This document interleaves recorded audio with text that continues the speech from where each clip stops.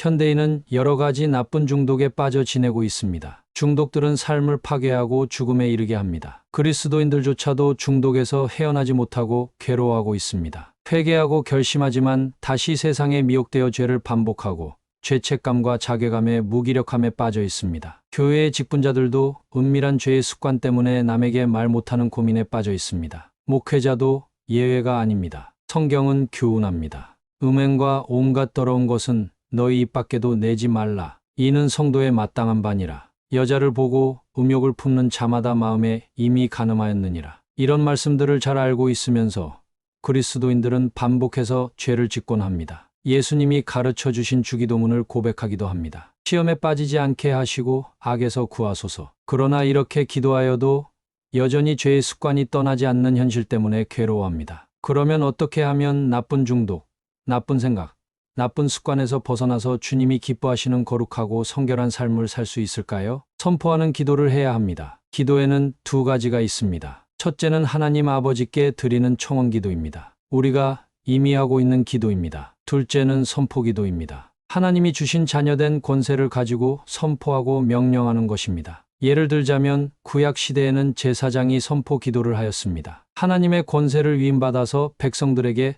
축복을 선포하였습니다. 구약의 백성들은 서로에게 축복하기도 하였습니다. 여호와께서 당신에게 복 주시기를 원하나이다. 유대인들은 선포 기도가 몸에 배어 있습니다. 샬롬, 당신의 하나님의 평강이 임하시기를 빕니다. 서구의 그리스도인들도 마찬가지입니다. God bless you. 당신을 축복합니다. 하지만 한국의 그리스도인들에게 선포 기도는 아직 어색합니다. 목회자들은 하는 편이지만 성도들은 여전히 하지 않고 있습니다. 예수님은 우리에게 선포 기도를 하라고 하셨습니다. 예수님의 이름으로 귀신을 쫓아내고 병을 고치라고 하였습니다. 그래서 베드로가 실천하였습니다. 안진뱅이를 향하여 예수 그리스도의 이름으로 명하노니 일어나 걸으라고 하였습니다. 바울도 선포 기도를 실천하였습니다. 예수 그리스도의 이름으로 명하노니 귀신아 나가라고 하였습니다. 서로 사랑하라고 하신 예수님의 말씀대로 이웃을 향해서 선포해야 합니다. 예수님의 이름을 그를 축복하고 사랑하고 용서합니다. 그런데 정말 중요한 선포 기도가 있습니다. 그것은 예수님의 피를 선포하는 것입니다. 구약 성도들이 드린 제사의 과정들을 생각해보면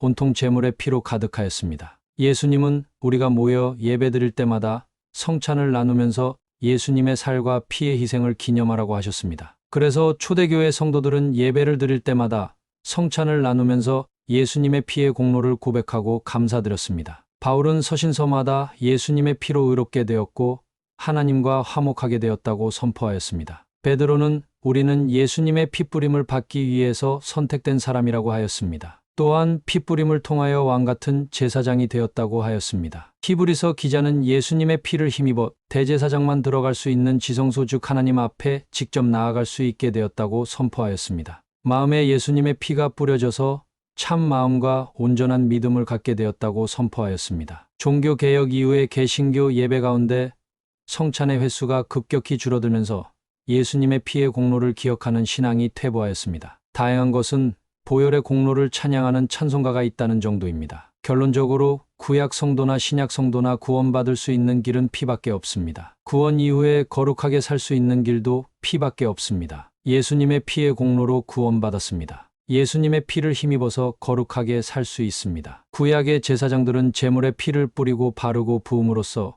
거룩한 사명을 감당하였습니다. 신약 시대의 제사장은 우리입니다. 예수님의 피뿌림을 받아서 왕같은 제사장이 되었습니다. 신약 시대의 제사장으로서 예수님의 피를 선포합시다. 사랑하는 형제와 자매 여러분, 청원 기도만 하지 말고 선포 기도를 하십시오. 예수님의 이름과 예수님의 피를 선포하십시오. 예수님의 이름으로 병이 낫고 귀신은 떠나가라. 예수님의 피를 머리와 손과 발에 뿌리고 바르고 덮노라. 예수님의 피를 가정과 직장과 교회에 뿌리고 바르고 덮노라. 중독에서 벗어나 거룩한 삶을 사는 길은 오직 예수의 피밖에 없습니다. 지금도 곳곳에서 비밀을 깨닫고 실천하고 승리하는 사람들의 환호 소리가 들려오고 있습니다. 여러분도 예수님의 피를 선포하고 승리를 경험하시고 승리의 소식을 전할 수 있기를 간절히 소망합니다. 할렐루야!